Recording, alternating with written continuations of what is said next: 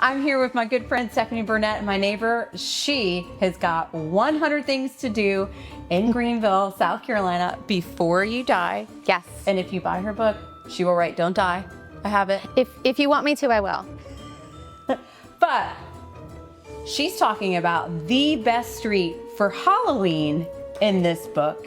And we just so happen to live on the most iconic street in Greenville when it comes to Halloween. We might need to steal your thunder. So no, we might need to say the biased opinion. Yes, it is a very biased opinion.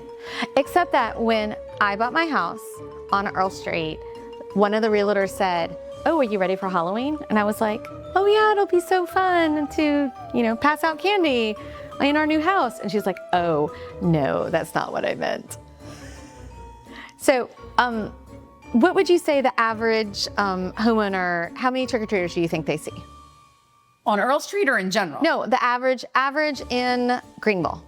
Oh, on Greenville, I think, you're probably good with like 5-6 bags of candy, I would think. I would have said like maybe 20 to 30 trick-or-treaters total.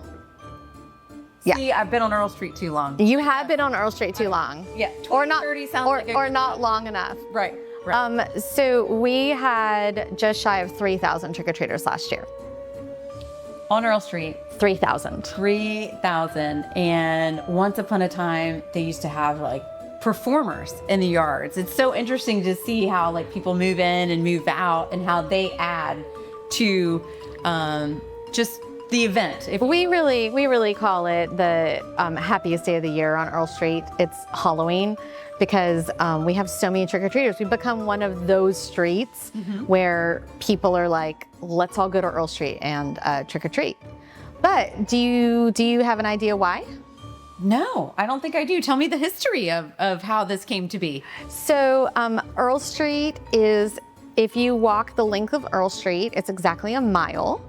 And we have sidewalks that have, is that called, you're the realtor, is it called an easement when you have the grass next to your sidewalk? No, that's more of like the public right of way. Okay. The easement is sharing it. But okay, got it. So we have the street and then we have a strip of grass and then we have really wide sidewalks. So back in the day, several churches would bus in kids. They would drop them off at one end of Earl Street and say, "We'll pick you up at the other end of Earl Street." I mean, they had chaperones with them, of course, but it started because a bunch of kids all in buses would be dropped off at one end and picked up at the other, and it kind of grew from there. So now we have several thousand, and it starts promptly around 5:30 or 6 o'clock, and when did you say, like, it's lights out by 8:30? We try. We're done. To shut it down at 8:30, but there's always the stragglers. Well, it's definitely fast and furious. Absolutely. You cannot shut your front door. No. No. You need to have friends to help. Because they have to bring extra candy because you're always afraid that you're going to run out and disappoint someone. Also, the thing about Earl Street, there's no bad candy. But the candy can't be too good because they'll keep coming back. That's fine. I think it's an art. Well, no, I just go with you can't give 2 pieces. It's 1 piece per kid. I don't know that that's applied down the street. Okay, so you have crappier candy, but I have better candy. But you're only getting 1 piece at my house and you're getting 2 or 3 at yours. Right, this is the East Earl versus the West Earl mentality that we joke about. I'm West Side. But I think over the years, people have really gone big with even decorating for Halloween now. For our family, it started with one inflatable, and then it just got out of hand. So we have an eyeball tree. I love your eyeball tree. My dogs looked at it. I've got pictures and videos of the dogs by your eyeball tree. We have no inflatables, but we do have an eyeball tree. There are these eyeball ornaments that I bought years ago. There's a lot of them. And I throw them up into my front tree with fishing line. And the thing I love most about it is they're levered. So I purposely make one really low and make other ones higher. And I love when kids come by and touch them and play with them. And every single day, all the eyeballs are in different heights because of it. What I loved is that our neighbors have such a sense of humor There are so many skeletons out this year. There are. There's a skeleton that looks like it's breaking into a parked car. There's a skeleton like in a potted plant. Have you seen the one? Have you seen the one? There's a skeleton dog that's chased the skeleton postman up the tree. No, I haven't seen that one yet. I think it's up near Kara's house. Oh, I love it. I love it. Yeah. What I love is people are still decorating. Oh, there's new stuff every day. I also love how many people come and walk or drive by in like golf carts with their kids to just look at the Halloween decor. I have a neighbor that he wants everything spooky. He wants all the stuff that jumps out at you. Like he has the dry ice. Everything is, it is the scary house. Oh, I love that. I love that. My kids like for it to not be that scary. Yeah, be more cute, funny, cutesy, fun. And my son has very strong opinions about where things should be placed in the yard. Oh. And it's really funny because my husband's the muscle and the money, right, that must buy these things. And so to see the little version of my husband, like bossing him around about where things will go, and he draws like a little map, and I die laughing as he bosses his daddy around. I love traditions, and if you go and trick or treat on the same street every year, no matter what street it is, I think it becomes part of your cultural fabric, and it becomes part of your family's memories. And I think Earl Street just does that really well. Oh, I mean, it is. It's so family friendly. And as you know, it's such a big street and a lot of ground to cover. My kids had actually never made it past Main Street because, like, you know, their little costume. Last year they wore inflatables and they were done with the inflatables. They were uncomfortable. Well, we used to run out of candy. And so I would tell my kids to go trick or treat and come back and dump it in the bucket. Keep passing out. Yeah. I have to get the dum-dums are like my backup. When we throw the dum-dum lollipops out, like, it's almost time to like shut the call it off. Yes. If you're coming to Earl Street to trick or treat, come early. It's going to be done early. That's where you get the best candy.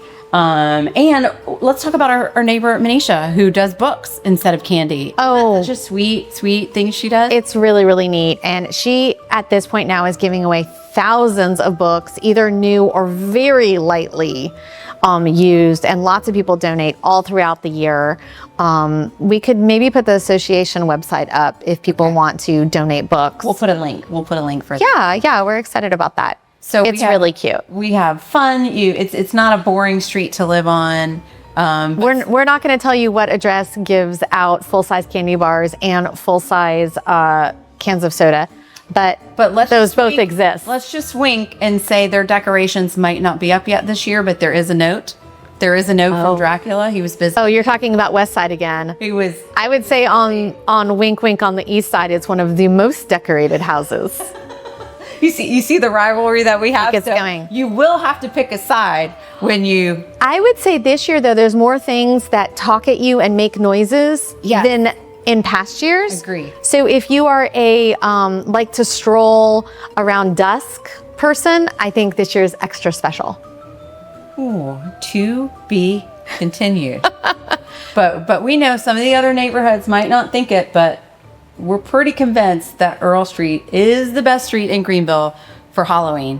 I mean, when you add Halloween decor with antique homes, it just works, right? You know how you know on Earl Street when Halloween is over? Tell me. The Santas go up.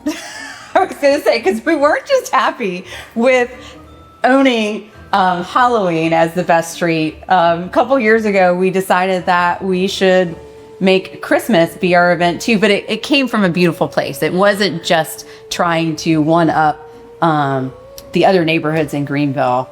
No, I actually think it's a great testament to adult friendship.